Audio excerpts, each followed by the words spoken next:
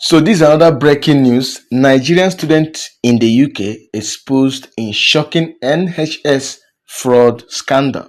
Court reveals disturbing details. A shocking fraud case has rocked the UK health system, and it involves a Nigerian student who allegedly infiltrated sensitive hospital units using a fake identity. A 30-year-old woman, Oluwabunmi Adeleyi, has been convicted after posing as a qualified healthcare worker and illegally working inside NHS facilities despite having zero medical training. What's even more alarming, she wasn't acting alone. Prosecutors revealed that Adeleyi and her accomplices were allegedly raking up to 16,000 British pounds monthly, exploiting the system through fake agency identities. From sneaking into high risk mental health wards to putting lives in danger to the dramatic moment she was caught. This is the full jaw dropping story straight from the courtroom. Then, who is Oluwabunmi Adeleyi?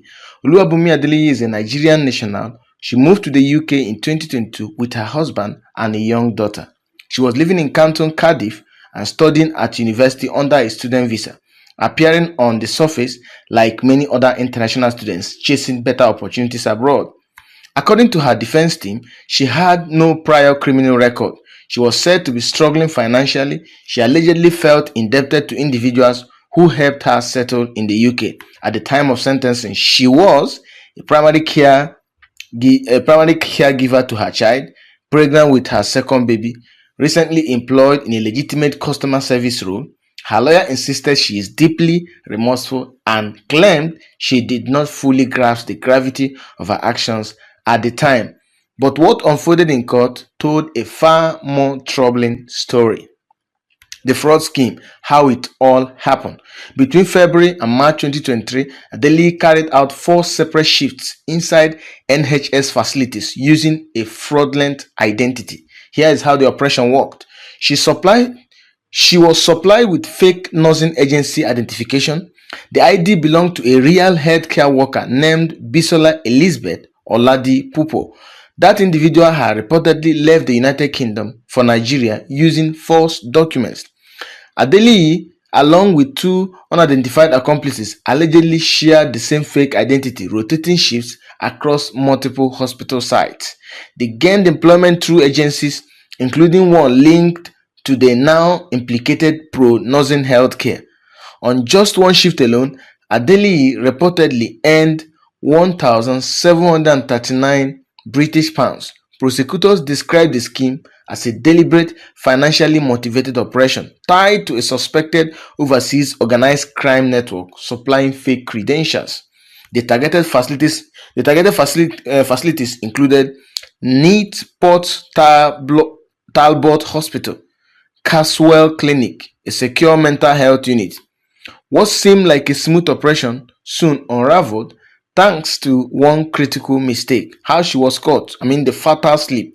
The entire operation came crashing down on February 7, 2023, during a shift at Caswell Clinic. At the end of her shift, a sharp-eyed receptionist noticed something strange. The ID card photo looked tampered with. A passport photo had been crudely placed over the original image. When she was questioned, Adele refused to submit her work documents. Suspicion escalated immediately. The incident was flagged as a critical security breach, triggering an urgent investigation by hospital authorities.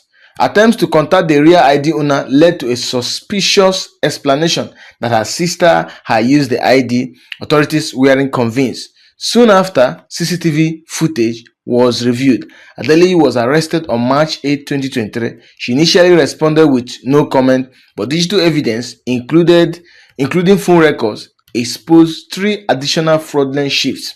By April 27, 2024, she made full admission during a second police interview. Now, here is the terrifying risk inside the hospitals. This wasn't just fraud, it was a serious threat to human lives. The Caswell Clinic is not an ordinary hospital ward. It's a medium secure mental health facility housing patients who suffer from severe psychiatric conditions, may have criminal backgrounds, require highly trained professionals to manage safely. Yet, Adeli had no training in mental health care, had no knowledge of restraint techniques, didn't know basic hospital safety protocols.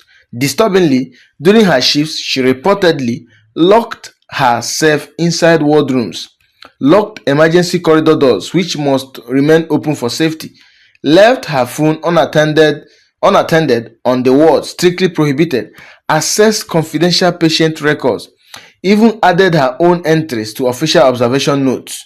Staff described her behavior as bizarre and concerning. Health officials told the court the consequences could have been catastrophic, warning that both patients and staff were placed at serious risk of harm. Now here is the court verdict and judge's powerful words. At Cardiff Crown Court on January 27, 2026, Adele pleaded guilty to 4 counts of fraud. The presiding judge did not mince words. You put patients at risk. You put staff at risk. You locked doors which should have remained open. You didn't know what you were doing. Your actions could have had untold harm on both hospitals. Here is her sentence on January: 10 months imprisonment per count to run concurrently. Sentence suspended for 2 years. 100 hours of unpaid community service. 15 days rehabilitation program. Despite the seriousness of the crime, Adeli avoided immediate jail time, a decision that has already sparked debate. Now, here is the NHS reaction and strong warning. Following the verdict, NHS authorities issued a firm response. A lead counter-fraud specialist warned, any fraud against the NHS, especially involving vulnerable patients, will be fully investigated and prosecuted. Key takeaways from the investigation: the fake IDs were linked to an international organized fraud network. The implicated agency faced a temporary suspension. Thankfully, no patients were harmed. Adeli had limited direct patient contact. Still, the case has exposed serious loopholes in staffing and identity verification systems within the NHS. What are the final thoughts? Public reaction and debate. The case has sparked intense reaction both in the UK and Nigeria. Many are asking, was the sentence too lenient? Should she have faced immediate prison time, or should her family situation and remorse be considered? One thing is clear: this isn't just about fraud, it's about trust, safety, and the dangerous consequences of cutting corners in critical sectors like healthcare.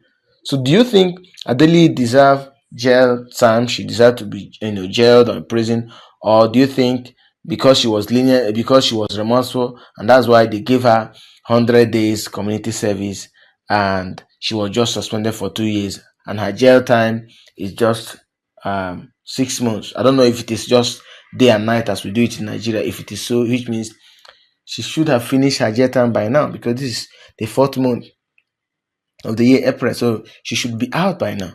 It's so bad. Every now and again, we keep hearing of news of Nigerians, kind of breaking the rules and regulations of foreign countries. If it's not in UK, it's in US. Why can't they enjoy a civilized country? Unlike Nigeria is not civilized. It breaks my heart when I read these news. I keep maintaining that with some of these news and these bad records they are keeping, they are putting those legitimate and legal ones in danger, and putting them up for severe scrutiny and examinations. Is so bad.